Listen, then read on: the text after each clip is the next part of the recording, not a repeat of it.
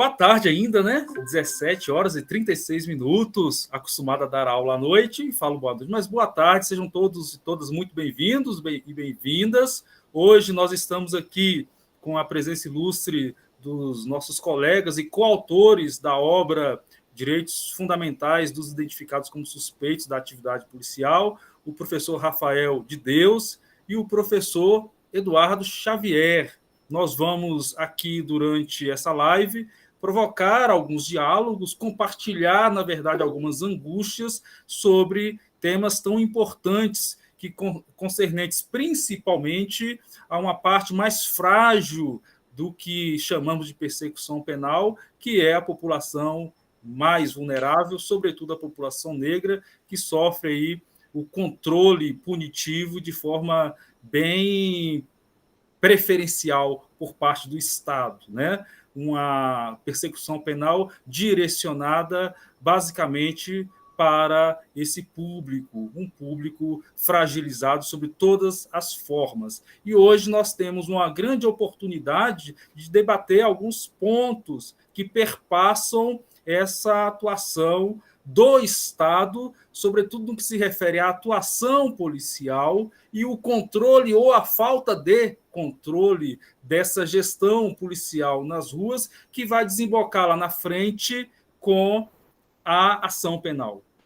E com esses resultados da atuação punitiva, cujo principal reflexo é o perfil da nossa população carcerária, que nós sabemos bem, composta majoritariamente por pobres, negros, pessoas de baixa escolaridade. Há vários fatores que contribuem para isso e nós decidimos, nesta obra, reunir alguns autores que têm uma visão crítica, uma perspectiva crítica do controle punitivo, da atuação do Estado no que se refere ao poder punitivo, para que possamos refletir e talvez, quem sabe, encontrar alguns pontos. Este material está consolidado nesta obra, que nós denominamos de Direitos Fundamentais dos Identificados como Suspeitos na atividade policial, que estamos aí fazendo uma série de atividades para divulgar esta obra,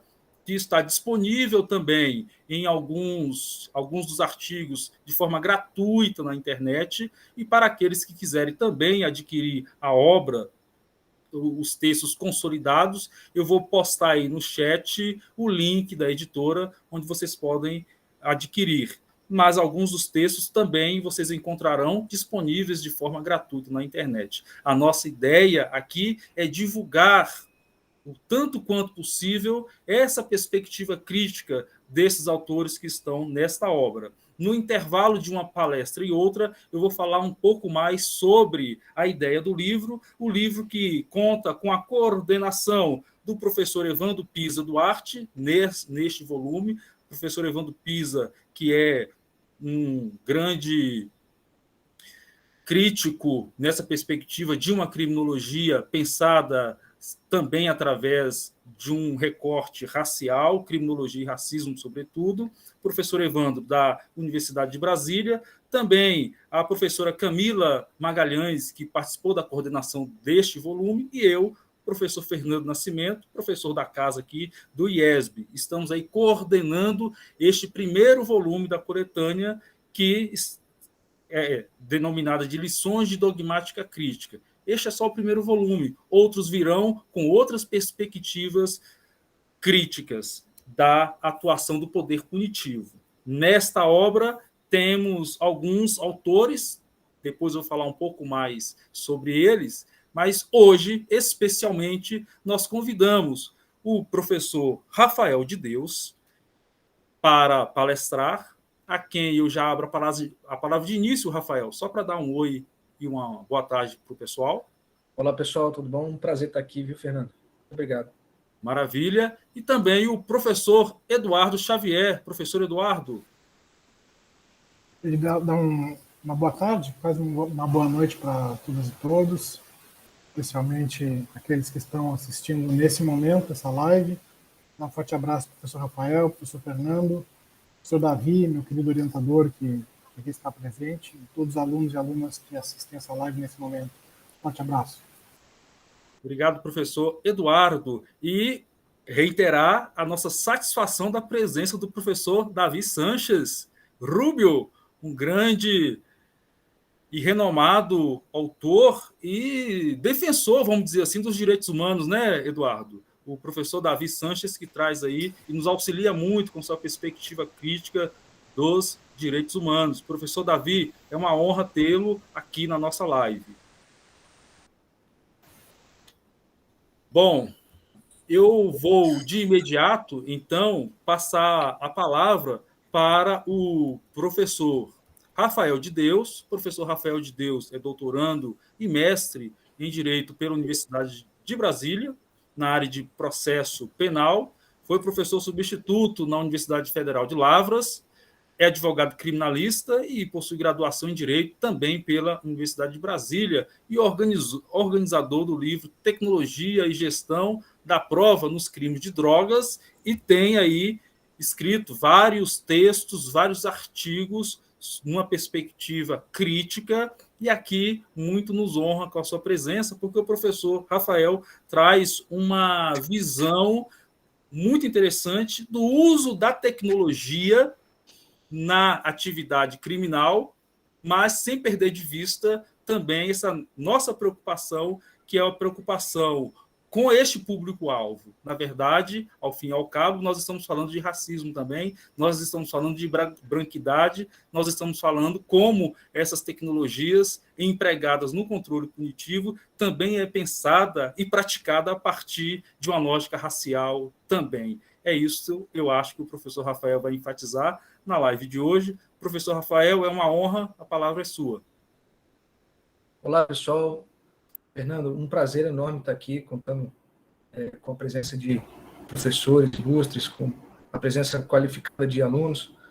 Karina, sua presença é notada, minha aluna lá da Unidesc, né, que veio aqui prestigiar. É uma honra estar ao lado do professor Eduardo Xavier, e compor, assim, né, trazer um pouco dessa pesquisa que foi feita junto com o meu orientador, o professor Evandro, né, e vou começar a minha exposição com essa pergunta provocativa, pergunta introdutória: tecnologia para quê? Para que queremos a tecnologia no processo penal, no sistema de justiça criminal e por aí vai? É provocativo porque ela toca no ponto que é fundamental na minha visão, e é isso o foco do artigo que está compondo esta obra magnífica aí, esse compilado de artigos críticos sobre o assunto, né, que é trazer as funções, né, dos instrumentos, das técnicas utilizadas dentro do processo penal e, mais abrangentemente, ali no sistema de justiça criminal. Bom, então, eu queria primeiro, né, fazer essa introdução, agradecendo aí, em nome de todos, o brilhante colega, professor Fernando Nascimento.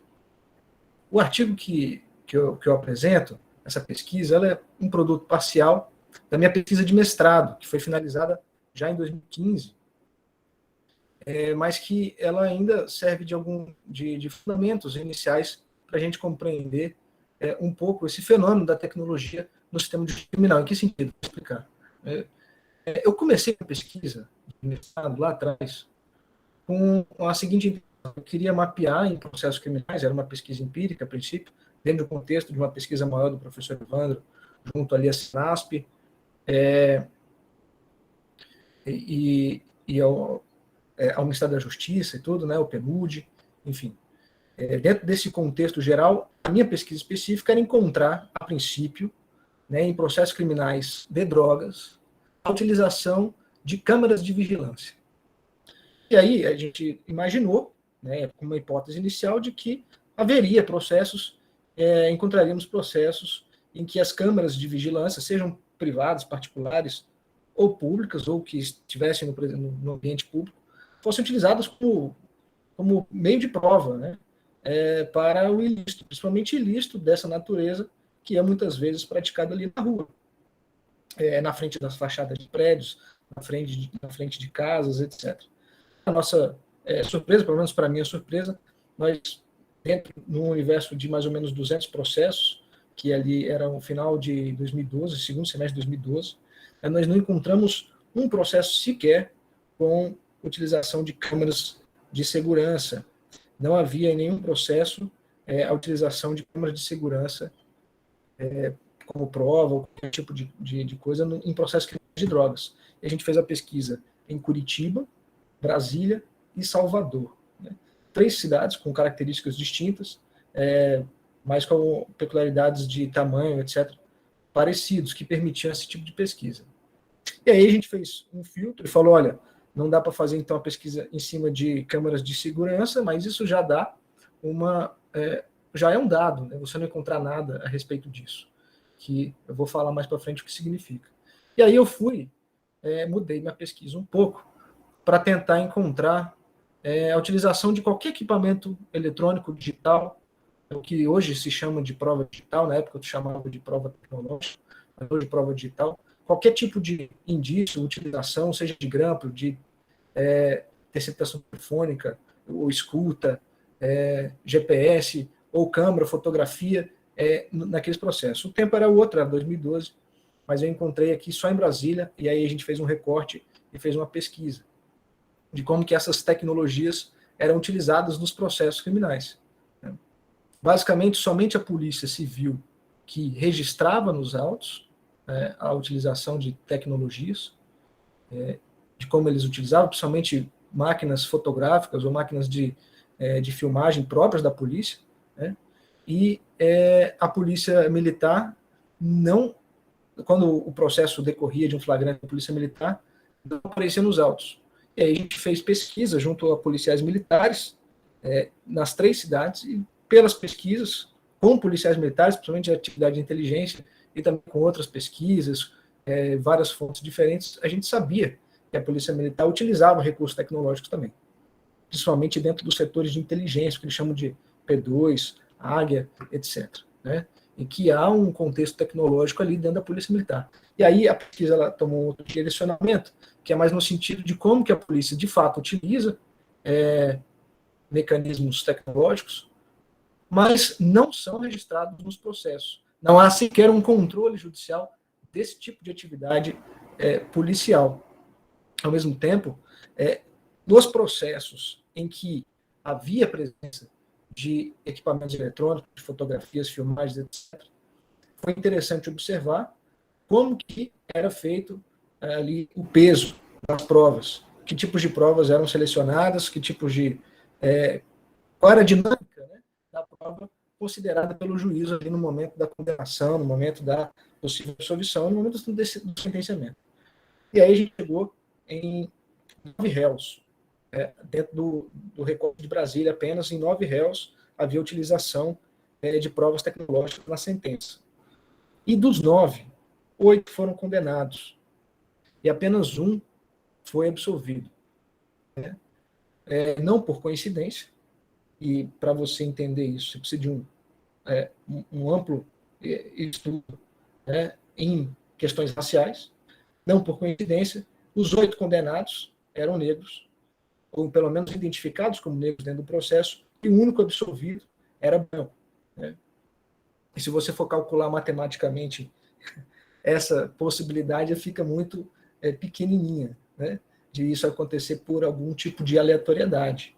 E você via dentro de uma dinâmica que a câmera, ainda que ela seja uma prova interessante, e que as pessoas acham, mas está filmado, ou está fotografado, ou a incursão da polícia foi feita com fotografias, etc., ela sempre constituiu, a não ser nesse processo do branco, ela sempre constituiu como um elemento subsidiário, elemento de corroborar a prova principal, que continuava sendo o testemunho dos policiais no processo. Ou seja, conclusões que a gente pode tirar dessa pesquisa, que é fruto do meu mestrado, é basicamente o seguinte: há uma utilização oculta das tecnologias, né, que não é judicializada, que não é submetida a controle judicial, que não é questionado pelas defesas, e quando é utilizada, ela não ganha centralidade em relação a outras provas, principalmente nos crimes de tráfico de drogas, que a centralidade da prova continua, persiste no testemunho policial. Mais de 7 anos depois, eu estou numa pesquisa do IPEA, pesquisando de novo tráfico de drogas, processos criminais em uma pesquisa empírica, e, novamente, não percebo nenhum tipo de utilização de câmeras de segurança espalhadas pela cidade, sejam privadas ou públicas, como provas dentro de processos criminais. Ainda que a grande parte dos crimes de tráfico aconteçam em áreas residenciais, dentro de uma residência, ou em períodos centrais, como cenas de uso de tráfico, cenas de uso de consumo, né, geral, ou locais públicos. E também não ficou algo muito comum a utilização de filmagens ou de fotografias. Também isso não acontece com tanta frequência quanto se esperava. Bom, dito isso, para introduzir em que contexto se insere esse artigo que está apresentado aí nesta obra, vamos fazer algumas considerações preliminares iniciais. A primeira é que eu seria um pouco cauteloso quanto às narrativas de revolução do justiça criminal. Eu acho que a gente tem elementos suficientes para crer que não vai haver um impacto tão grande na racionalidade, na lógica de operacionalização das práticas policiais e das práticas judiciais. Eu acho que faz muito mais sentido a gente pensar, assim como a gente encontrou nas câmeras de segurança, um reforço ao que já existe, do que uma transformação na lógica de operação das decisões. Decisões, quando eu falo a tomada de decisões críticas no processo penal, eu entendo a judicial, a sentença, e a policial no momento da abordagem, no momento da revista, no momento do flagrante. E eu estou fazendo estou usando minha pesquisa, ela é toda construída em cima do tráfico de drogas, porque ele é o principal crime do sistema de justiça criminal, ele que baliza o nosso sistema de policiamento. E é claro que dentro do Ministério Público Federal, dentro da Polícia Federal, vai ter outro tipo de atividade, outro tipo de criminalidade e outro tipo de uso de tecnologia. Mas eu estou falando daquilo, como o Fernando disse mais cedo, daquilo que interessa realmente para a grande massa populacional brasileira. E aquilo que dá o tom do nosso sistema de justiça criminal. Não é exceção da exceção que é vista lá nos terno e gravatas caríssimos do STJ e seus... e quem é por ali transita. Bom, então, primeiro, a questão da revolução. Com certeza vai haver uma transformação, mas essas transformações elas não são assim apocalípticas. Segundo, muitos processos decisórios já são automatizados. E isso não quer dizer que eles vão... isso quer dizer que eles não vão passar a se tornar automatizados a partir de agora com as novas tecnologias de inteligência artificial. Não. O que vai haver é um processo de automatização dos processos que já existiam. Basicamente, as novas tecnologias de informação, inteligência artificial, são alimentadas por dados, são alimentadas por inputs, que, se não for feito um esforço positivo, se não houver ali um esforço no sentido de romper com a lógica, os resultados dessas máquinas, dessas novas tecnologias de inteligência artificial, os seus outputs, não mostrarão uma realidade distinta da que os dados, da que o treinamento da máquina é feito, de como ela é alimentada. A não ser que a gente faça um esforço positivo nesse sentido, a máquina não vai trazer uma realidade diferente daquela que é apresentada para ela. E isso é um ponto central. E aí entra com a pergunta central que eu quero fazer, que é a tecnologia para quê? Por que a gente está juntando no processo, aderindo ao processo penal, às técnicas de policiamento, essas novas tecnologias? Quais são os objetivos? E aí eu entro nas questões sobre o panorama principiológico, levar um aspecto realmente político, não no sentido negativo da política, como muitos podem pensar, mas no sentido de levar para um ambiente de discussão democrática as funções reais das tecnologias que vão amparar o nosso uso tecnológico. E acabar com o mito da neutralidade da tecnologia. É uma ingenuidade muito grande acreditar que as tecnologias elas são técnicas de objetificação ou de limitação, mitigação do subjetivismo humano. Pelo contrário, muitas vezes as máquinas respondem a esses estímulos humanos. Quando você coloca aquele exemplo do Twitter, foi clássico, né? Um robô treinado que em poucos dias estava reproduzindo, né, discursos altamente discriminatórios, xenofóbicos dentro do Twitter, porque ele reproduzia aquilo que era mais frequente dentro daquele universo. Então, ele captou muito bem aquele universo e começou a reproduzir ele. Ou seja, mais uma vez, que se a gente não fizer um esforço positivo, né, de fazer uma filtragem, de fazer uma intencionalidade dentro dessas tecnologias, elas vão reproduzir aquilo que a gente já tem. E aí a discussão existe essa tentativa de reformulação, de perguntas, de quais princípios, e é mais ou menos por aí que o artigo segue. Até porque a pergunta quais tecnologias a gente vai dar prioridade, aonde que a gente vai destinar nosso orçamento principal, tudo isso são questões de intensa relevância, até por uma questão de disputa institucional. Às vezes, as tecnologias, características de uma determinada instituição favorecem um tipo de criminalidade, combate à criminalidade, em detrimento de outra. A polícia militar tende a ir para uma criminalidade mais de rua, para bairros periféricos, para crimes de tráfico de drogas, para entradas em domicílio, por aí vai, para análise de comportamentos suspeitos na rua. A Polícia Rodoviária Federal tem mais uma questão de criminalidade de rodovia, às vezes de tráfico interestadual ou internacional, crimes de trânsito, contrabando e por aí vai. A Polícia Federal já tem uma questão de uma tecnologia mais voltada ali para análise de dados, né, para crimes de corrupção, lavagem de dinheiro, e a Polícia Civil, ela é muito mais ampla em sentido geral, mas você pode fazer um enfoque, que ele é também sujeito à discriminação política, à decisão política, que é um foco ali em laboratorial, em perícia, em pesquisas de investigação relacionadas a homicídios e crimes de estupro, e por aí vai, né? Então, veja que não dá para se falar em tecnologia no sentido tão amplo e também não entender que há tecnologias em disputa.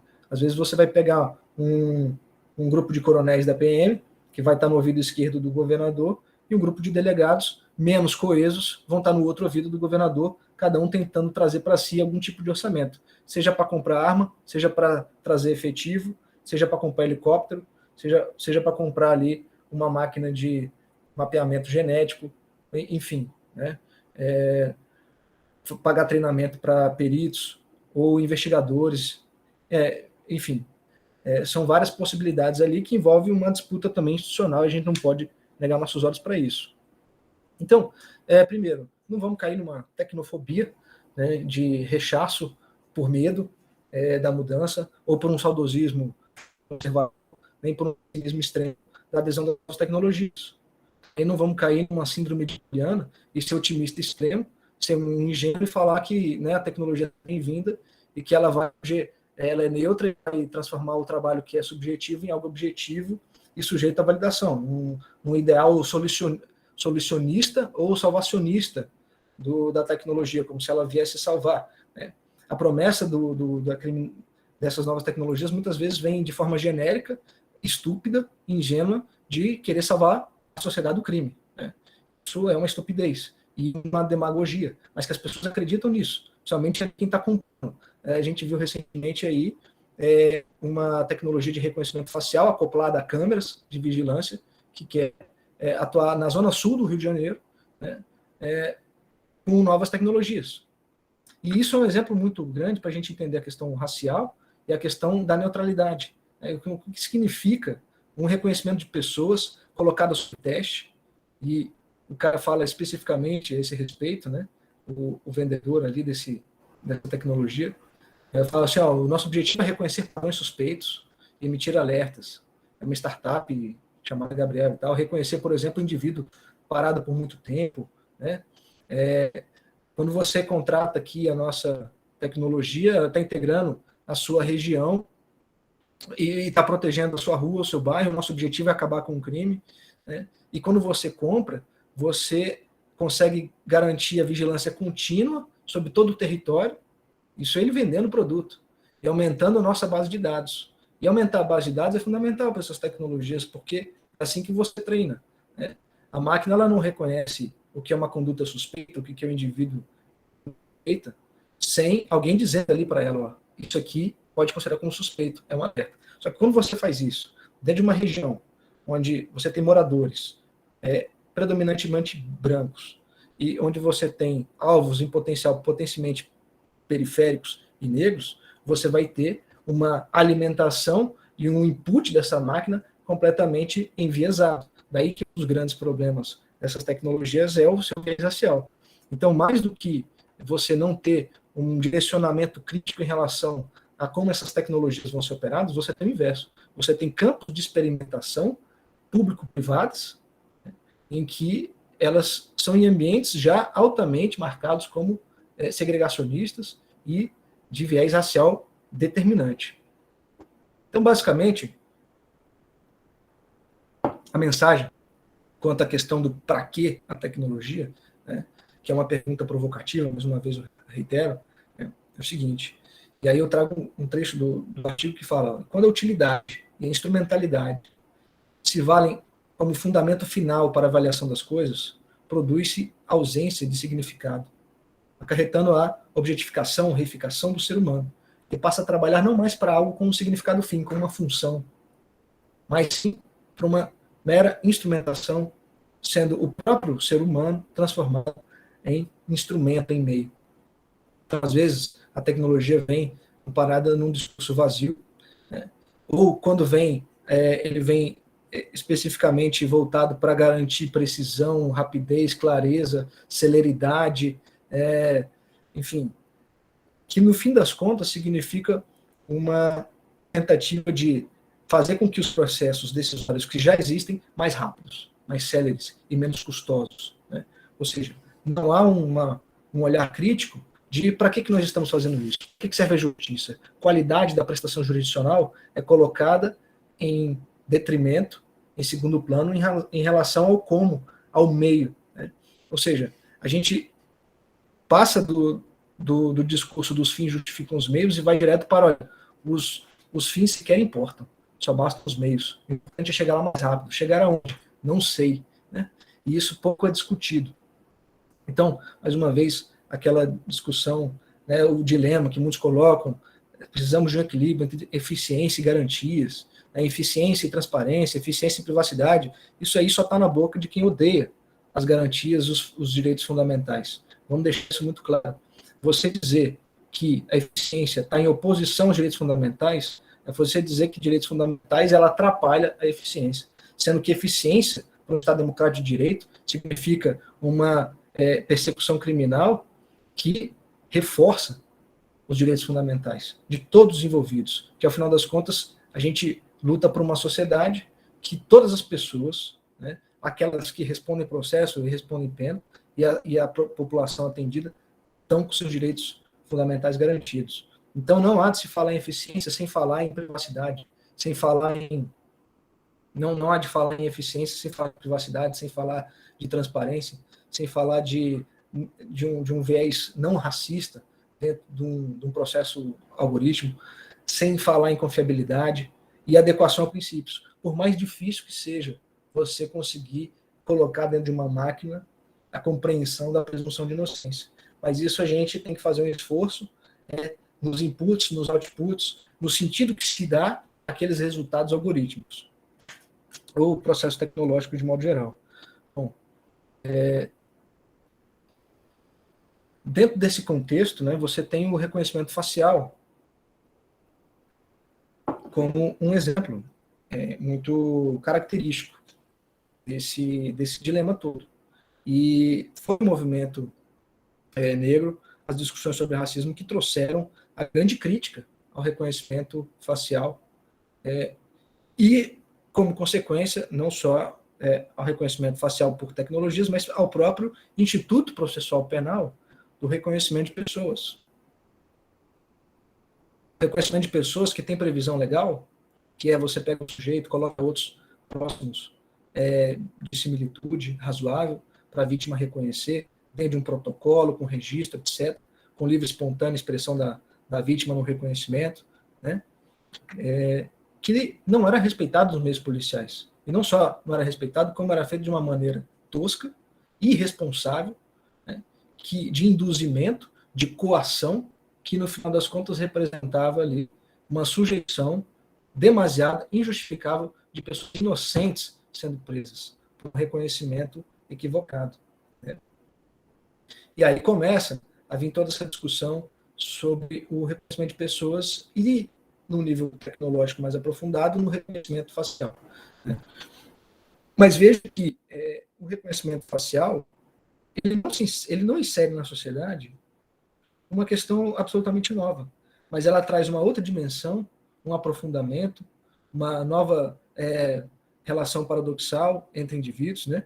Entre o sistema de justiça criminal e a justiça e tal, em relação ao que a gente já sabia, ao que a gente já tinha de conhecimento, que esse reconhecimento é muito mal feito, né, em sede policial, que era utilizado para condenações.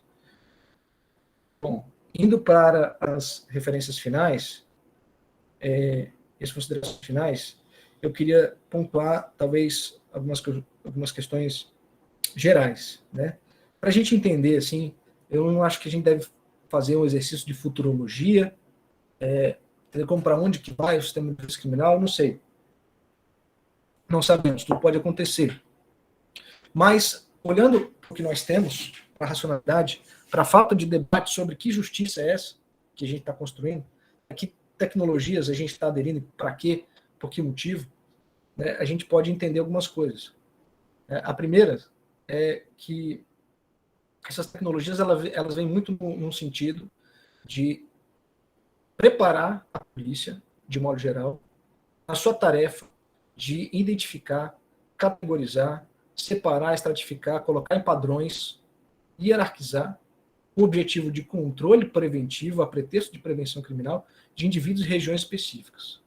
A questão do crime, de combate efetivo à criminalidade, ela está escondida dentro de uma pretensão geral de que você, combatendo determinados tipos de indivíduos, padrões de comportamentos, você consegue combater o crime, né? Sem a necessidade de um crime ter acontecido contra alguém efetivamente. O que eu quero dizer é que há uma preferência, vamos dizer assim, para condutas de valor moral, ou que são considerados como imoral, de comportamentos que são considerados suspeitos, como antecipadores do que vem a ser a criminalidade. O abandono a uma ideia mais tradicional de direito penal de investigação pós-crime, inclusive de prevenção pela punição, né? Prevenção do crime pela punição do infrator. Mas não, uma ideia no sentido de policiamento ainda mais ostensivo, ainda mais preventivo, no sentido de identificação de criminosos, e não no sentido de punição de quem praticou crimes. E aí que um crime como o tráfico de drogas, que é a grande aposta do pessoal da defesa social, do pessoal aí de linha mais ativista, que é o seguinte: o tráfico de drogas, se a gente combater o tráfico, a gente combate todos os outros crimes ao redor, como roubo, furto, homicídio, né? Que é uma narrativa absolutamente de senso comum, que não encontra nenhum respaldo em pesquisas acadêmicas, científicas, nenhum dado, e, inclusive, há indícios do contrário disso, né, de que, às vezes, em determinadas circunstâncias, o combate ao tráfico ele pode aumentar a criminalidade de outra natureza, que é mais violenta, né? Eu não estou falando para não combater o tráfico, eu só estou falando que pode haver um efeito inverso, né?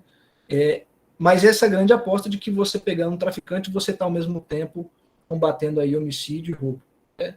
Que é uma aposta, uma mentalidade, né, que é vamos dizer, uma lógica desse sistema punitivo que pode ser ampliada, numa tendência que vem aí há mais de 15 anos, né? Vai fazer esse ano 15 anos, desde a Lei de Drogas de 2006, que permitiu esse boom do encarceramento, essa aposta na prevenção, e que não significou redução de homicídio, redução de roubo, redução da sensação de insegurança populacional. Então você tem o pior dos mundos, que é o aumento de uma população carcerária em uma situação de absoluto descaso em termos de direitos humanos, e uma população que não se sente segura, que está cada vez mais submetida a crimes, né, com vítimas certas e determinadas.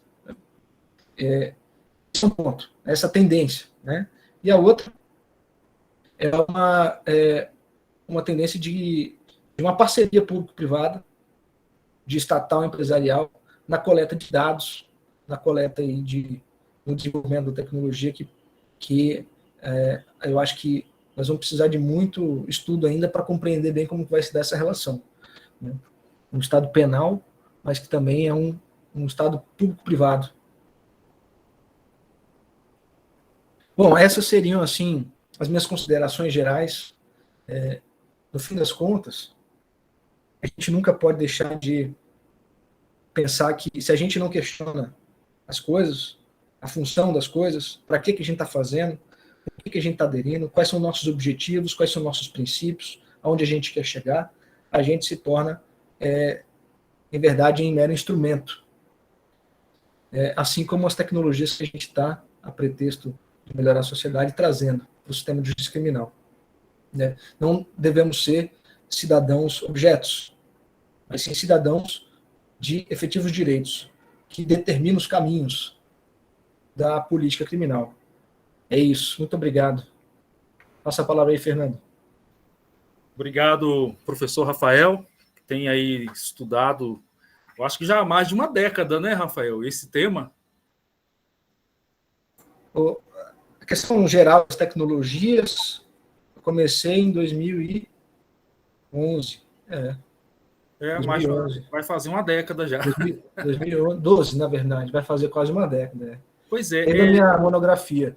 Na monografia, o meu trabalho não foi tão criminológico ou de segurança pública, ele foi bem específico dentro do processo penal, interrogatório, videoconferência, mas sim. Maravilha. Dentro dessa perspectiva temporal, e aí eu tenho uma pergunta no chat do Renato, vou te fazer uma pergunta minha e já vou emendar com a pergunta do Renato, aí você aborda as duas questões que a gente fecha essa temática do uso de tecnologia. Eu tenho visto, pelo menos há 2 décadas, que o Estado brasileiro, as polícias militares de todos os estados têm investido pesadamente em software, a análise criminal através de georreferenciamento e tudo mais. Também no uso de câmeras, nos programas Olho Vivo, Fica Vivo, cada um dá um nome, né?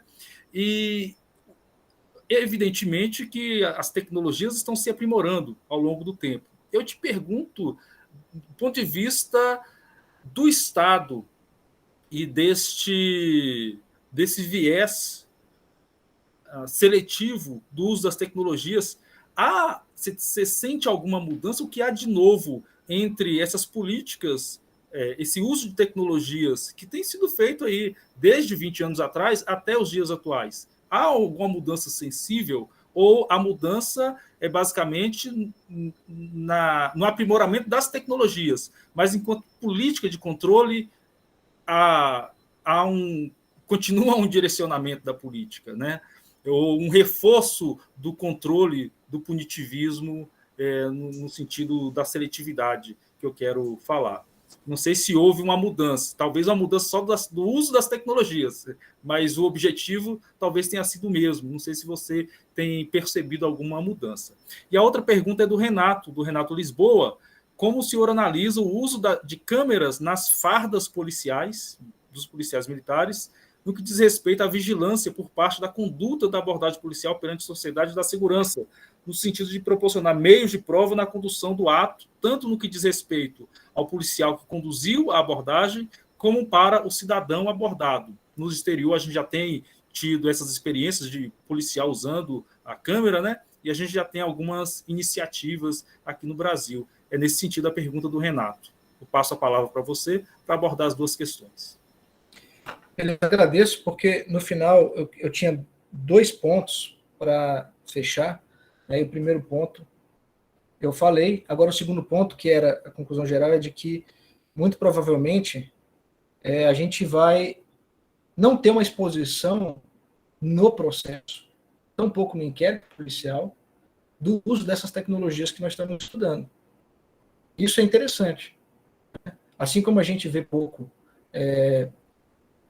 a não ser quando você depende de autorização judicial ou alguma vinculação a um ato administrativo dentro do inquérito policial, etc. Né? Mas essas amarras que a Polícia Civil está, mas que a PM não está. Você perguntou de diferença significativa, né, Fernando? Qual a diferença que eu venho entendendo que tem aparecido? É uma prevalência da polícia militar e do seu modo de investigação, do seu modo de atuação, de policiamento ostensivo, que eles chamam eufemisticamente de levantamento de informações, em detrimento da polícia civil, do método de investigação mais tradicional, baseado em inquérito, mais formalista, etc. Até porque o grau de informalidade e não judicialização das atividades policiais militares, os quadros de inteligência, eles têm uma informalidade e um campo de atuação, uma capilaridade social tão grande que é perfeita para a experimentação dessas novas tecnologias. Então, qual é a diferença? 10 anos atrás, você pegava as pesquisas da época, era tudo falando de inquérito policial, a importância do inquérito no processo, não sei o quê, que o inquérito ele exercia grande poder de controle, de filtro da justiça criminal, e hoje você vê uma polícia civil um tanto mais sucateada, pouco coesa. Eu estou falando dentro das realidades que eu conheço, né? Polícia civil aqui, Goiás, DF, um pouco de São Paulo e tal. É claro que o Brasil é muito grande, várias polícias civis têm suas realidades, mas de algum modo eu acho que isso tem, aí é mais em nível de hipótese que eu estou colocando, né? E você vê uma importância maior da PM na política nacional, inclusive em processos de vida civil, né? Entrando na vida civil de educação e de poder de voz, e poder também de dizer o tom da política, né?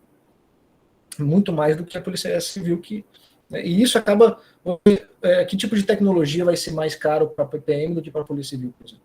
Então você quer dizer assim que sintomas de diferença que eu vejo, né? Eu apontaria para esse caminho. Quanto à pergunta do Renato, quando chegou as câmeras de segurança, de vigilância nas fardas, né?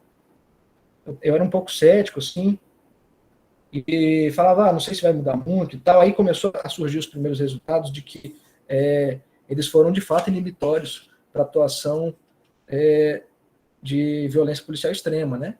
Os grupos policiais que passaram a usar, e aí as pesquisas iniciais, assim, os dados iniciais é de que zerou morte e tal, de um confronto com polícia. Isso é um dado muito significativo.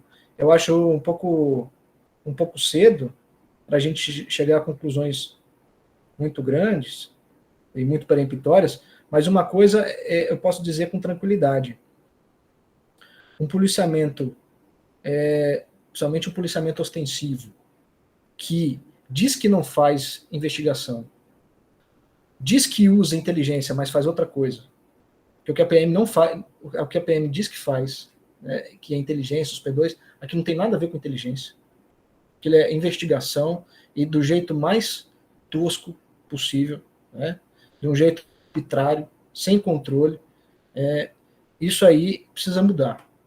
A gente precisa levar transparência para os processos investigatórios. Eu não estou falando que a polícia militar não pode investigar, não pode. Isso é o raciocínio que perdurou por muito tempo, que é o desenho constitucional, né, que é o que as polícias civis falam, que é usurpação de atribuição, né? Eu acho mais realista, a gente fala o seguinte, a polícia militar vai investigar, beleza. Então a gente define como, em que instrumentos, né, quem que vai dizer como, né, quais são as leis, os parâmetros, aonde que isso vai estar registrado, e aí levar transparência para esses processos investigatórios. Mas inteligência não tem nada a ver com como é que eu vou, né, mostrar para o mundo atividade de inteligência. De fato, inteligência e transparência são contraditórios. Mas a gente não pode aceitar os princípios da inteligência dentro do policiamento, dentro de um processo de prova, de investigação criminal, né? Porque a prova ela exige a sua presença. Então é contraditório. É claro que inteligência dentro da polícia é possível no sentido mais amplo, genérico, como combater um tipo de criminalidade, como fazer grandes operações no nível, né, mais abrangente, mas não no nível que se faz, que é no nível de monitoramento, no nível de campana, no nível de escuta ilegal, né, no nível de abordagem de instruções processuais, no toma lá da cá de informante. Né, isso aí é reprovável, precisa ser controlado. Isso não traz qualidade para o nosso sistema de justiça. Pelo contrário, isso traz um poder abusivo para a polícia militar. Nosso sistema de justiça criminal, qual que é o problema disso? Está nas mãos da polícia militar, em grande parte. É ela que está dando o tom, que dizendo o que a gente deve ir atrás. Né? E parte do resultado a gente vê o que está acontecendo. Né?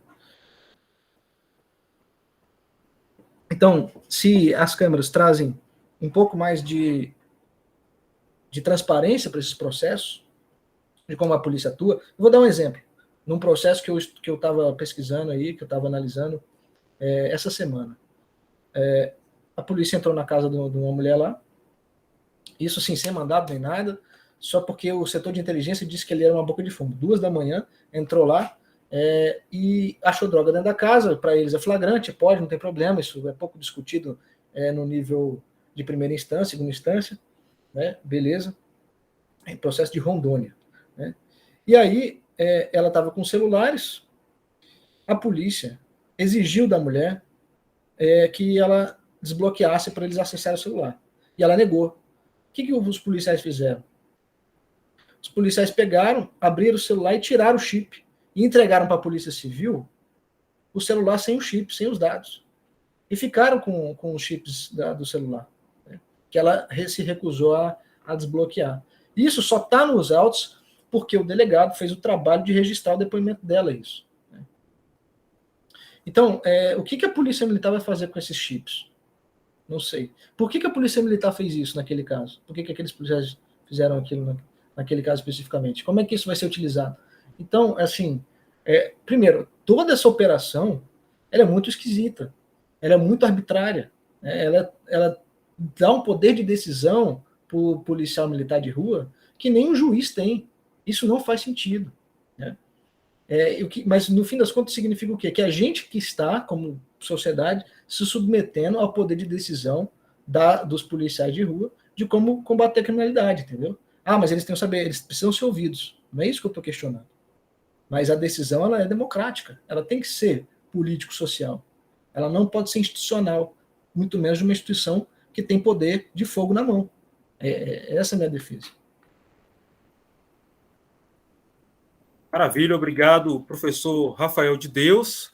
Trouxe aí umas provocações para a gente, que se conecta com o outro texto, o outro tema que nós vamos abordar, que fala dessas políticas ultra-punitivistas. Acho que tem toda uma relação de causa e efeito.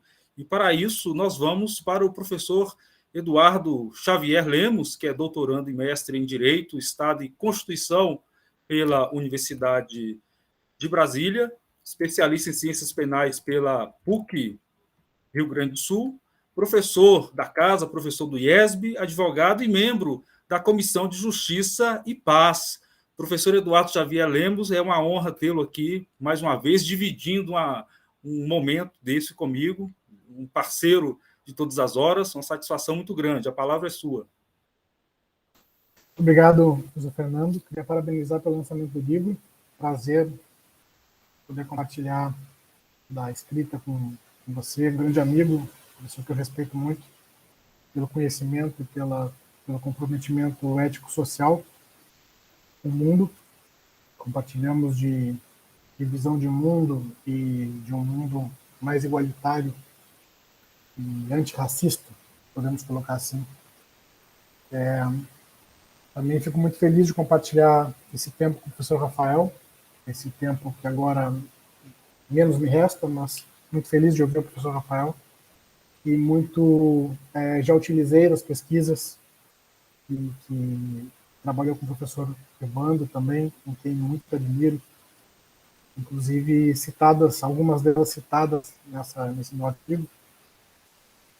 O material sobre o Rafael, um grande pesquisador, assim como o professor Fernando. E reforço aqui meu saúdo aos alunos, estudantes e todos os demais que estão assistindo. E, claro, meu querido professor Davi, meu querido amigo, meu querido orientador, está fazendo um esforço agora, quase meia-noite em seu país, para nos assistir. E com certeza está cansado, porque hoje não só lecionou, como também teve um dia todo de muito trabalho. Bom, quando o professor Fernando, o professor Evandro, a professora Cristina convidaram para fazer esse trabalho, é um tema que eu tenho abordado há algum tempo, quando eu tenho refletido sobre essa questão da criminalização da pobreza. É um tema que muito os criminólogos do movimento negro têm me ensinado muito. É algo que eu menciono muito isso, tanto que eu aprendo com, eu não digo com o movimento também, eu aprendo muito com os movimentos sociais, aprendo muito com os especialistas nas temáticas. E aí eu falo das criminólogas de gênero, criminólogas feministas, os criminólogos e criminólogas especialistas na questão racial, e a questão, especialistas na questão LGBTQIA+, e tantas outras temáticas que por inúmeros motivos eu compreendo as dores, mas não consiga sentir plenamente elas.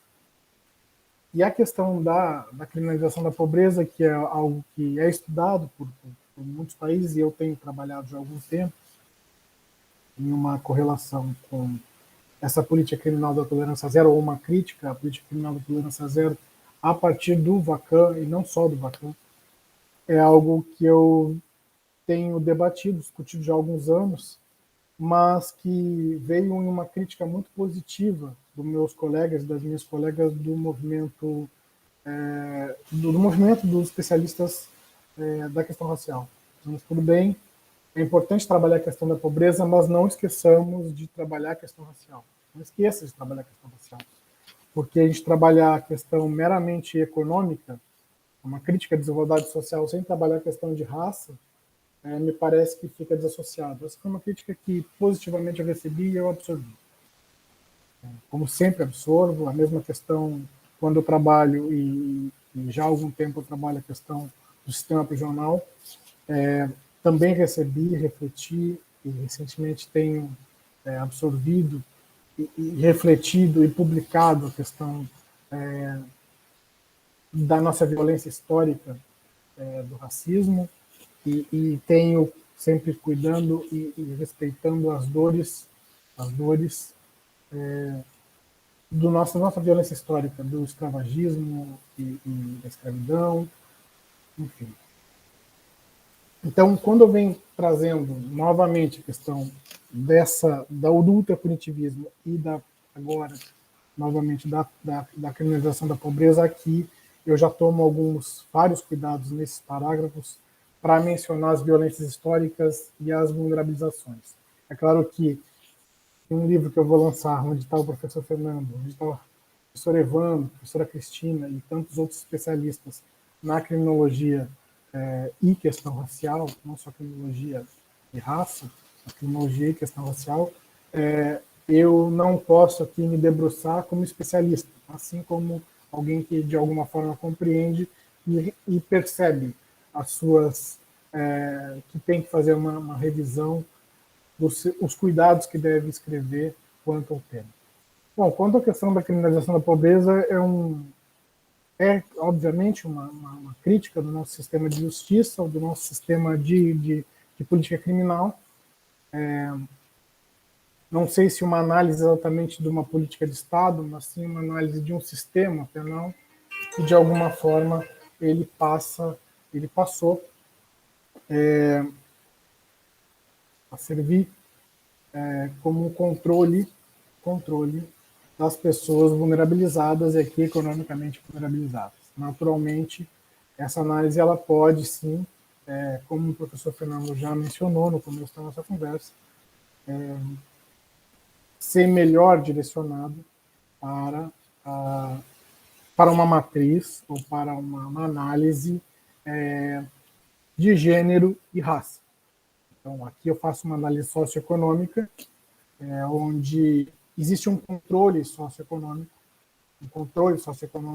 um direcionamento do sistema penal para um controle socioeconômico da população vulnerabilizada, a população mais pobre, empobrecida, economicamente vulnerabilizada. Isso serve ao nosso sistema econômico que não é de hoje, que surge lá no final da transição da Idade Média, no começo da modernidade, aqui um marco teórico, a gente pode dizer assim. Esse marco teórico aqui delimitado por esse campo que eu quero aqui pontuar, que é com o surgimento desse capitalismo e depois na transição para o neoliberalismo, ou esse pós-capitalismo, que precisa de uma série de instrumentos para se manter. E um desses instrumentos vai ser, especificamente, talvez um dos principais instrumentos para se manter, vai ser o sistema penal. Controlar os seres humanos, controlar a humanidade e controlar aqueles que, de alguma forma, podem desestabilizar esse sistema. Podem,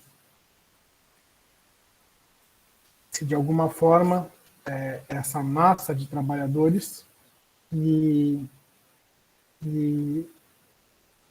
não lucra com esse sistema, que não está na crista da onda, que está abaixo da prancha de surf e não está surfando, está abaixo, está lá tomando o caldo da onda, se a gente for aqui pegar esse exemplo, né? Está tomando o bolo da onda, pegando o exemplo do surf aqui, aquele que está se afogando, aquele que poderia efetivamente se revoltar com tudo isso, precisa ser controlado.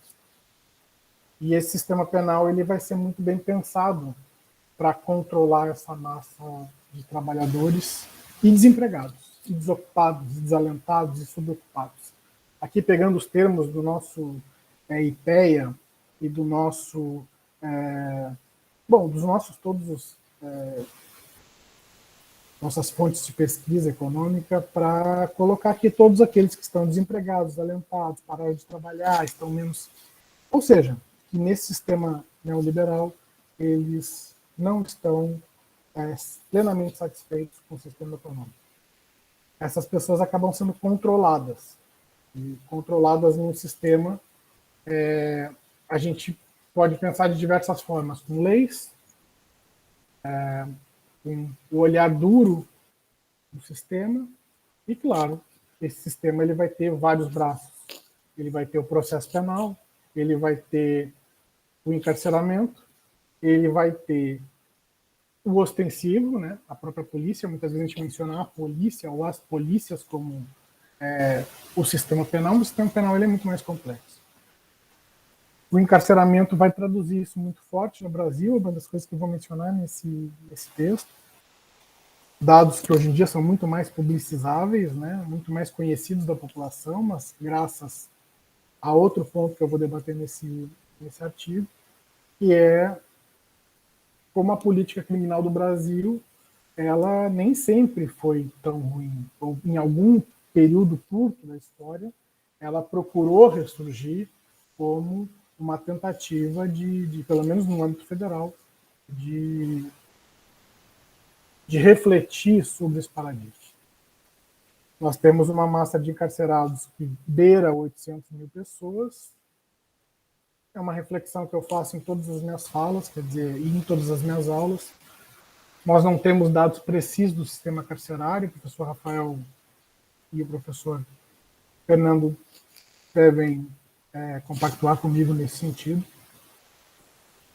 Em poucos anos atrás, nós tínhamos dados precisos do sistema carcerário, a transparência é fundamental para os pesquisadores, poder chegar ao Infopen, os dados penais, pesquisadores, e não só pesquisadores profissionais como nós, e o professor Davi, e todos os nossos alunos que estão interessados na pesquisa, mas aqui principalmente também os nossos alunos que querem fazer trabalho de conclusão de curso e começar a sua vida de pesquisa, trabalhar com dados.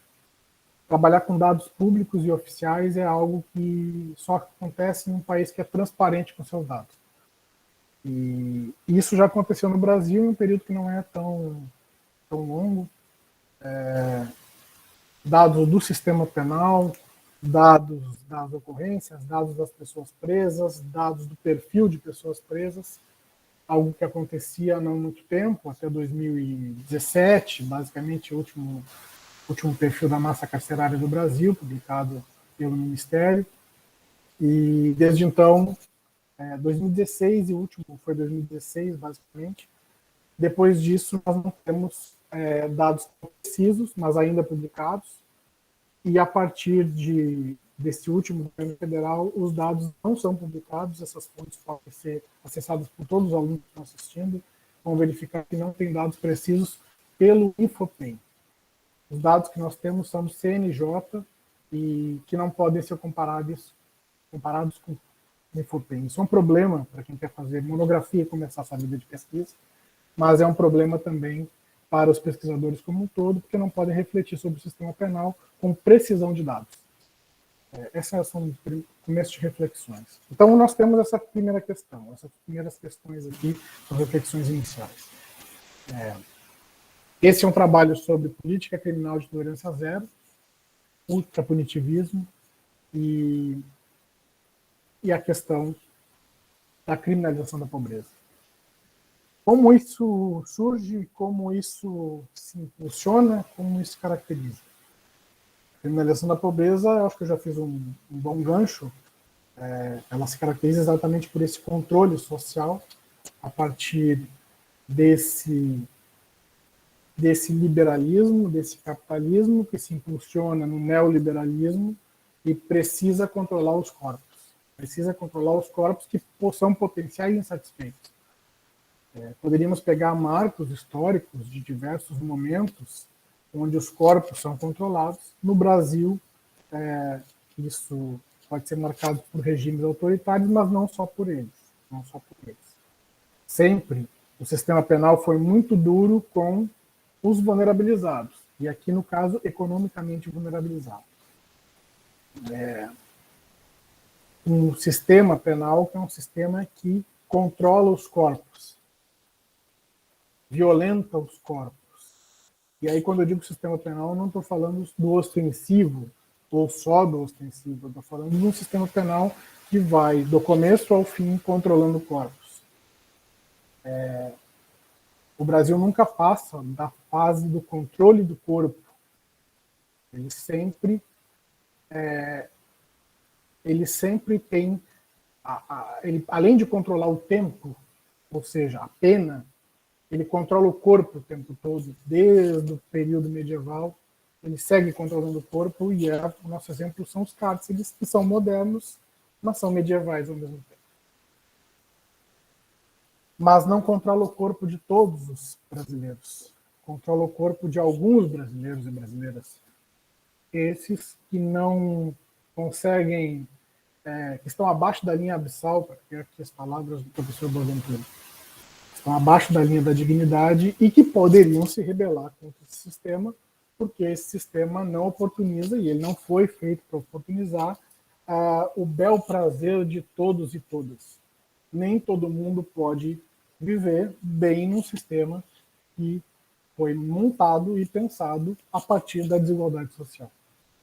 Se alguns acumulam muito, vai faltar para a maioria. Então, voltamos. Se alguns acumulam muito, vai faltar para a maioria. Se não há distribuição para todos e há acumulação para alguns, faltará para a maioria. E a maioria, naturalmente, ficará insatisfeita se faz necessário controlá-la de alguma forma. E aí surge, então, diversos modelos de controle social. O último deles, que é esse que a gente passa a trabalhar aqui, é a tolerância zero. Esse serviu perfeitamente, caiu como uma luva, especialmente a partir do 11 de setembro, emblemático 11 de setembro americano, mas que vai refletir no mundo inteiro. Tem uma figura que é muito forte, Rudy Giuliani, atual braço direito de Donald Trump, mas que não era ligado a Trump. O Giuliani, ele surge mundialmente, surge historicamente como um procurador do Estado de Ronald Reagan. E Reagan é aquele cara que é o grande panfletário da guerra contra as drogas, que estava mencionando o professor Rafael agora, ainda na década de 80. Essa guerra contra as drogas que, bom, ninguém vai ser a favor das drogas, mas a gente também precisa refletir o que é guerra contra as drogas. O que é combate à criminalidade e o que é guerra contra as drogas. Eu acho que são duas coisas distintas, eu acho que é plenamente possível combater a criminalidade e diferente é a guerra. Acho que guerra é uma coisa que existe um amigo e um inimigo, existe algo que é o Estado e o inimigo do Estado, e outra coisa é o combate à criminalidade e entendendo que existe um cidadão que cometeu um delito e que deve ser punido pelo delito que ele cometeu dentro das normas do Estado. A guerra, por outro lado, é algo que existe um inimigo do Estado e que deve ser eliminado. Eu acho que isso é muito claro para todos e todas que estão aqui. E se a gente vai eliminar o inimigo que está, a gente vai acabar com todos os direitos e garantias. Se a gente vai acabar com todos os direitos e garantias, a gente entra num ciclo de armamento, de violência, onde a gente vai perder, inclusive, a regra e a lógica do jogo. Isso começa mais ou menos na década de 70 e 80. 80 com o Reagan. Giuliani, seu procurador de Estado. Giuliani não para a sua carreira aí e depois ele vai virar prefeito de Nova York bem no 11 de setembro. Ele vai implementar, na sua candidatura, ele vai começar exatamente a partir da bandeira do tolerância zero. E esse tolerância zero vai ser uma política criminal de eliminação da criminalidade. O que acho que todo mundo seria a favor, ou, apesar de algo muito utópico, que acabar com o crime, isso é algo positivo, mas acabar o crime é algo que nem até a Bíblia já narrou, eu sempre brinco com isso. Brinco, na verdade, com veracidade, né? Caim matou Abel, está na Bíblia, o livro mais antigo que nós temos relatos sólidos, né, concretos de folhear. Então, se lá já existia, eliminar, nós não vamos eliminar, podemos controlar. Como fala Neil Christie, uma razoável quantidade de crime para que não haja um distúrbio social a partir da criminalidade. Eleito foi com essa política criminal, e essa política criminal tinha o lema do 3 strikes and you are out. 3 erros e você está fora. Ou teoria das janelas quebradas. Os pequenos delitos têm que ser condenados de uma forma muito dura, que em tese seria interessante, ou pelo menos seria lógico, ter uma dureza na mão. Na prática, o que aconteceu foi a punição muito dura de pessoas que nem cometiam delitos, mendigos, pessoas em situação de rua, a prisão de imigrantes, a política de varrer as ruas. E isso aconteceu uma série de prisões preventivas sumárias e a questão de remunerar a polícia com progressões a partir do sucesso da prisão. Aqueles que não prendiam não preenchiam os percentuais de um programa que foi lançado à época. Um programa estatístico que foi lançado à época. Bom, foi lançado com muito panfleto, com muito marketing, o sucesso da queda da criminalidade em Nova York, e até hoje Giuliani trabalha com isso. O que eu estou falando aqui é que, na prática, esses estudos, esse discurso panfletário de Giuliani foi refutado por muitos pesquisadores e demonstrado que a queda da criminalidade já começava a acontecer em Nova York por N motivos, que era a alteração econômica, a distribuição, a urbanização de Nova York já acontecia. Mas Giuliani até hoje mostra que a sua política de endurecimento da criminalidade acontecia, dava resultados. E ele passa a vender isso para toda a América Latina, principalmente para a América Latina. Ele viaja à América Latina, e esse meu artigo vai demonstrar isso. Ele, por exemplo, dá palestras para o Reflexo Brasileiro, tá? Mas ele faz na Colômbia, ele vai para o Amazonas, para o Rio de Janeiro, para São Paulo, para Minas Gerais, Rio Grande do Sul, Santa Catarina. Ele vende para os governadores em palestras a política de tolerância zero que vocês sabem que já estampou os jornais do Distrito Federal também. E isso vai sendo implementado como política criminal nos nossos estados, como um discurso panfletário e o endurecimento exatamente da criminalidade. Não é da criminalidade, das pessoas em situação de rua e o endurecimento da política criminal a partir do treinamento e principalmente do discurso para a polícia. Não da polícia, para a polícia. Aqui não é uma tolerância com a criminalidade, mas sim o discurso que está por trás que vai se refletir naquilo que o sistema penal vai fazer. Refletindo-se do quê? Naquela massa carcerária de 800 mil pessoas que nós temos hoje. A gente está falando de 2000 até hoje. O professor Rafael fala da questão de política de drogas. A gente sabe que tem questão legislativa, o professor Rafael sabe muito bem, o professor Fernando. Eu estou falando de uma outra coisa que é a política criminal, que eles também sabem o que acontece. Junto, alterações legislativas que permitem uma subjetivação, ou seja, uma interpretação, com a política criminal de pseudo-endurecimento, que na verdade é uma camuflagem, vão levar uma série de pessoas ao encarceramento, como a gente sabe na prática, né? Pessoas que são usuários de drogas, mas que estão à mercê das ruas. Só no NPJ nós pegamos essa semana 2 pessoas que são pessoas com transtorno mental e estão respondendo processo penal. Nós entramos com incidente de insanidade mental. 2 ou 3, porque uma já tinha sido por outra professora. Então, isso é reflexo desse sistema penal. A culpa é de quem? É uma coisa que a gente pode trabalhar a partir das músicas, mas é um reflexo que a gente tem que ter. É isso que a gente problematiza em pesquisas. Bom, então, chegamos a essa análise. Quer dizer, é uma política criminal que foi importada de um país que tem toda uma lógica de pensar e autorizar essa segregação ao povo negro e ao povo vulnerabilizado, reforçar essas políticas, autorizar a mão punitiva do Estado sem reforçar a mão de associação, de mão de proteção do Estado, e veio importada para o Brasil e causou um caos. Isso já era denunciado, que se acontecesse ia causar um hiperencarceramento, e causou, né? Foi denunciado e causou, e é isso que a gente chama de criminalização da pobreza. Bom, começando a chegar ao encerramento daquilo que se apresenta no texto, nem sempre a política criminal no Brasil foi assim. Nós tivemos a política criminal federal, nós temos um grande problema que é a descentralização da segurança pública no Brasil. Para mim isso é muito lógico. Como fazer a centralização é um debate que tem que ser muito bem pensado e muito sério.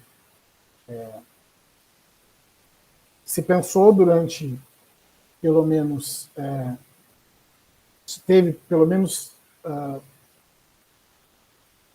Você começa com o primeiro Plano Nacional de Segurança Pública, ainda no primeiro plano de segurança pública é pensado por Fernando Henrique Cardoso.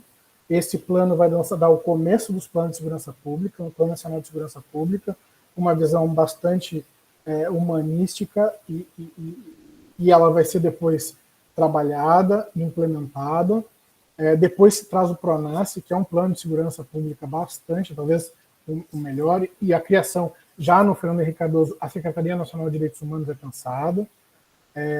Depois se implementa o PRONASSE, e esse PRONASSE ele é bastante complexo, ele traz muito mais do que o sistema penal, basa o pensamento numa formação cidadã, que segue sendo implementado, depois ele é enfraquecido, até que se tem uma girada, que a gente tem uma política de Estado de quase 20 anos de país, com as dificuldades de implementar isso nos Estados, em razão exatamente desses exemplos das influências internacionais. Isso é muito forte, a percepção do quanto a influência desse Giuliani vai acontecer no Brasil. E depois a gente tem uma ruptura muito forte dessa questão da política do tolerância zero, já no governo federal também. Então, nós temos um problema que é, primeiro, a descentralização das políticas de segurança pública. Essa é uma questão que é muito importante no Brasil. Essa é uma reflexão que a gente tem que fazer.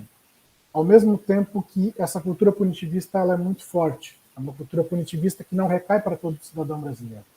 Ela ao mesmo tempo que existe um Estado brasileiro de plenos direitos para uma parcela da população, existe um Estado brasileiro de não direitos para outra parcela da população, que é onde recai essa mão muito dura e essa mão que traz os giros de punitividade, de seletividade e de punição.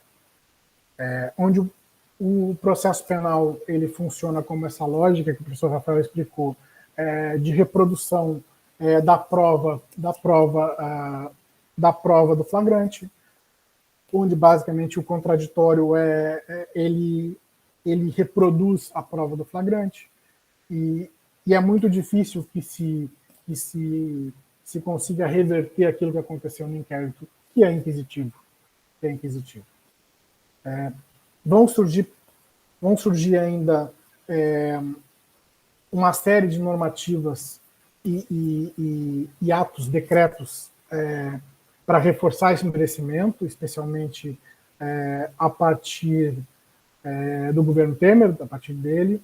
Vão surgir questão armamentista, vai surgir uma série de utilizações da Lei de Segurança Nacional, essa que está em revisão agora, especialmente para a questão das manifestações, para arrefecer a questão da população, da manifestação da população, e essa questão de trabalhar novamente com uma lógica do encarceramento.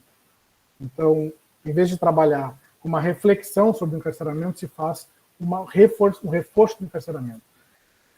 O ápice de tudo isso vai acontecer exatamente com o anterior ministro da Justiça, dois ministros da Justiça anterior, aquele famoso ministro da Justiça, que vai propor um projeto que se chama um projeto, entre aspas, anticrime, que vai fazer um endurecimento da legislação, e esse endurecimento não é um endurecimento para tentar sanar equívocos da legislação. Pelo contrário, ele vai novamente trazer uma série de problemas na legislação, e pelo debate que aconteceu no sistema, na verdade, no Poder Legislativo, se consegue, de alguma forma, mitigar alguns danos. Da mitigação de danos, uma coisa boa sai, que até agora não foi implementada, porque o ministro presidente Supremo segurou, que é a questão do juiz de garantias, quer dizer, o projeto inicial. Era muito ruim, mas no final saiu o juiz de garantias. Esse juiz de garantias é uma alternativa que pode ser positiva para o processo penal, para mitigar o sistema penal. Mas tem tantas outras coisas que naquele projeto anticrime existiam que enfim. E nesse artigo eu reflito um pouco sobre isso.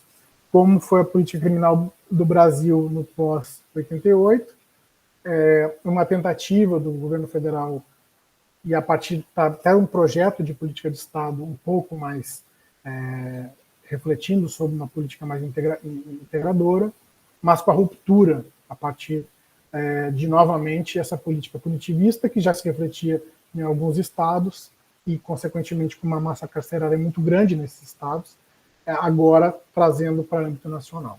E que vai refletir na massa carcerária, sem sombra de dúvida. Bom, fiz uma exposição geral desse artigo, sei que foi muita coisa, talvez tenha surgido alguma dúvida, mas era mais ou menos isso. Obrigado pela oportunidade. Professor Eduardo Xavier Lemos, obrigado, sempre compartilhando aí de uma visão humanista, né, do direito. É uma satisfação muito grande tê-lo mais uma vez aqui discutindo esses temas. Eu queria fazer uma provocação, na verdade, professor Eduardo, porque quando revisamos, e da mesma forma quando você revisou o seu texto, era pré-pandemia.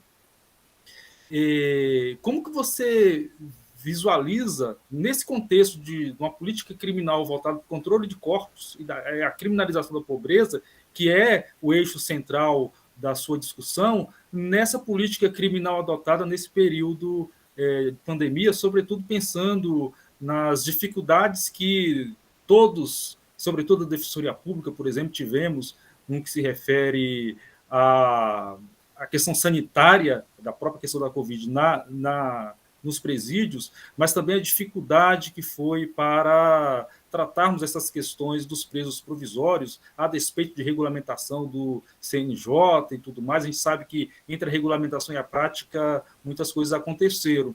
Como é que você vê isso dentro desse eixo da tua pesquisa, da tua análise, nessa política criminal desse período na pandemia?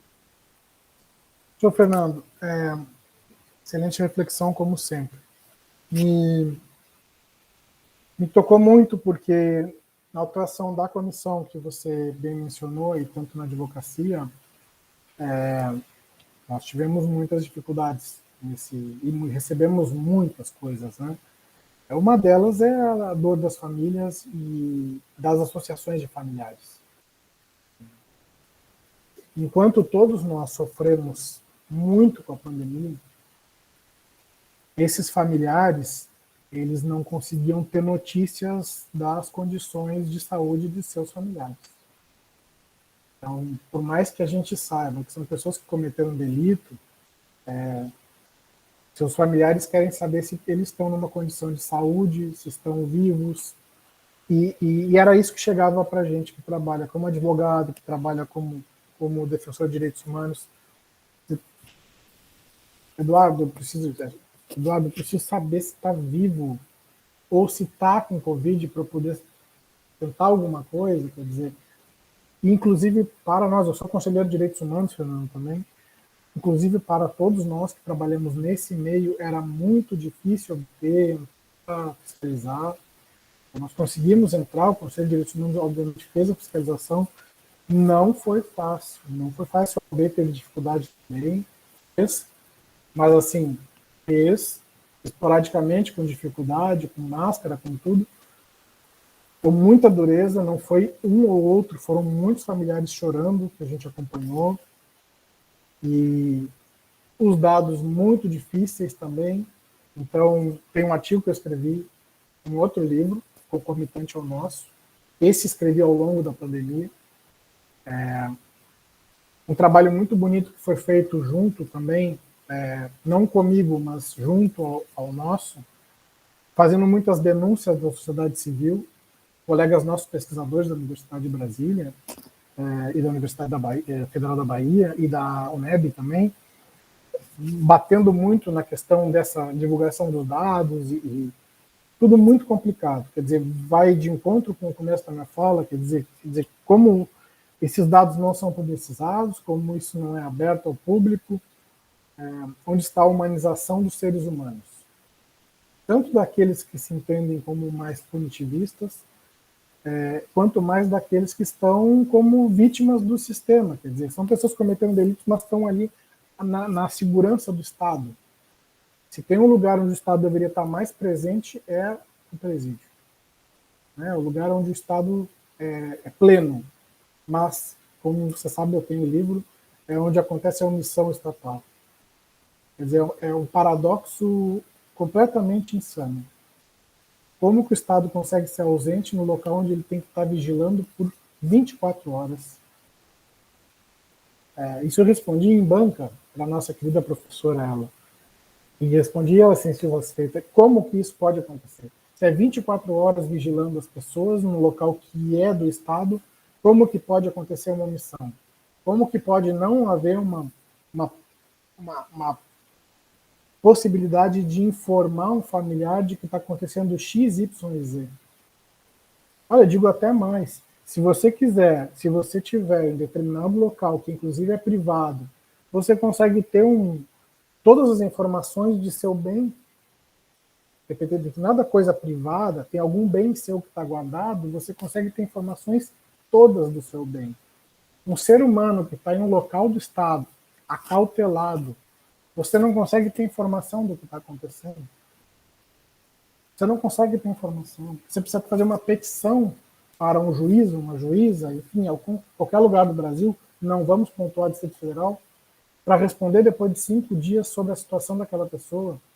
E isso, muitas vezes, chega uma informação parcial, porque é sigiloso, porque não sei o quê. A gente tem que refletir sobre isso, Fernando. E aí, vamos lá. você me fala sobre a vulnerabilização, é uma questão que a gente sempre debate junto. Saiu uma pesquisa recente agora dizendo que as questões do Covid, elas recaem mais sobre as pessoas negras, as durezas, as mortes, as gravidades do Covid. Então, nesse artigo, eu reflito um pouco sobre isso. Digo, olha, as recentes pesquisas começam a transparecer que é um trabalho de mais de 8 meses, quando eu publiquei. As recentes pesquisas começam a denunciar que pessoas vulnerabilizadas, socialmente vulnerabilizadas, tendem a ter mais internação e mais morte. E isso vai se refletir no sistema também. E agora as pesquisas estão efetivamente denunciando que isso socialmente acontece. Logo, nós vamos ter a possibilidade de também trazer esses dados do sistema penal. Socialmente já temos. Logo, nós temos que começar a fazer o cruzamento, e aí também chamo o professor Rafael para isso. Nós temos que fazer o cruzamento disso, né? Com quem faleceu no sistema, e naturalmente a gente vai conseguir perceber que são pessoas, se na rua são as mesmas pessoas, no sistema penal também vão ser as mesmas pessoas. Não sei se eu te respondi, mas eu acho que eu consegui refletir contigo algumas coisas que você estava querendo refletir comigo. Com certeza, professor Eduardo. Eu te provoquei até em benefício próprio também, porque eu queria ver a tua opinião, porque eu estou trabalhando com o funcionamento das audiências de custódias nesse período da pandemia, nas audiências de custódia virtual. E muitas indagações surgem nesse contexto. Eu vou até dar uma lida também nesse teu outro artigo, acho que vai me auxiliar bastante nas minhas conclusões. Bom, pessoal, dado a adiantado da hora também, a gente já tem outras atividades. Eu queria muitíssimo agradecer o professor Eduardo, sempre gentil aqui, nos auxiliando nessas discussões, o professor Rafael de Deus Garcia, agradecidíssimo por essa participação. Eu vou abrir aí 1 minuto só para as considerações finais e a gente passa para o encerramento. Pode ser, professor Rafael, à vontade? Beleza. Eduardo, foi um prazer te ouvir. Vamos manter essa afinação boa aí entre nós. E, Fernando, muito obrigado pelo convite. É sempre um prazer estar com você. Você é uma referência de professor, de acadêmico. Estamos juntos aí. E agradecer também aí ao Irapuã pelo apoio e ao Renato pelos comentários. Valeu. Um abraço, pessoal. Eu só quero saber se vai ficar gravado só para o público interno ou vai ser publicizado aí externamente. Bom, isso eu vou verificar depois com o Irapuã. Eu sei que vai ficar gravado. Agora, se tem um link externo aí, essa informação eu não sei, mas eu vou procurar saber. Valeu, então. O Evandro está aí também, não posso deixar de mandar um alô, né? Espero que eu tenha feito jus aí ao nosso artigo, professor. Um abraço. Maravilha. Eu acho que o Evandro já deu uma saidinha, eu conversei com ele aqui pelo WhatsApp. Professor Eduardo, para as suas considerações finais, obrigado. Eu gostaria de agradecer ao Fernando, querido amigo, pela oportunidade, não só dessa live, mas também de poder escrever esse livro. E, professor Rafael, um orgulho poder conversar com você aqui. Muito obrigado pelas suas pesquisas e poder utilizar elas. Muito me auxiliaram para poder avançar alguns conceitos que eu desenvolvia, talvez teoricamente, consolidá-los a partir de pesquisas que você conseguiu demonstrar. Professor Evandro, é uma honra estar com o senhor, se está virtualmente ou não está, de qualquer forma, é sempre uma honra. Muito obrigado pela oportunidade de escrever com o senhor. Fico muito feliz, tenho profunda admiração.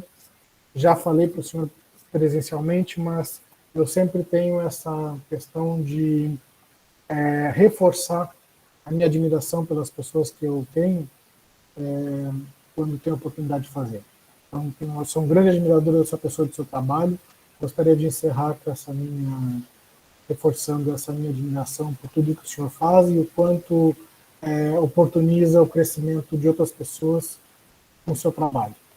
Um forte abraço. Obrigado, pessoal. Maravilha, obrigado, professor Eduardo. O professor Evandro, na verdade, está em trânsito, mas está ouvindo aqui, acompanhando a nossa live. A mensagem com certeza vai chegar até ele.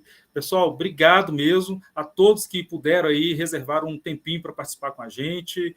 Muito obrigado mesmo. Eu sei que a vida é muito corrida. Alguns já têm aula daqui a pouco. Eu agradeço muito. Quem quiser mais informações sobre o livro, está aí o link da editora. Também, se quiser saber, professor, não tem condições de adquirir. Tem alguns textos que estão disponíveis na internet gratuitamente, entre em contato com a gente, que a gente direciona vocês para esses textos. O importante é a informação circular, provocar esse debate crítico e trabalhar em rede. A gente tem feito muito esse empenho, eu, o professor Eduardo, o professor Rafael e outros professores, trabalhar em rede. Em um ambiente de alta vulnerabilidade social, a gente precisa cada vez mais trabalhar em rede. É aquela história, ninguém solta a mão de ninguém. É basicamente isso. Também na academia, para quem trabalha nessa frente, eu diria insurgente, né, professor Eduardo, de um direito insurgente, a gente precisa sim trabalhar de mãos dadas. Um abraço a todos, que Deus abençoe.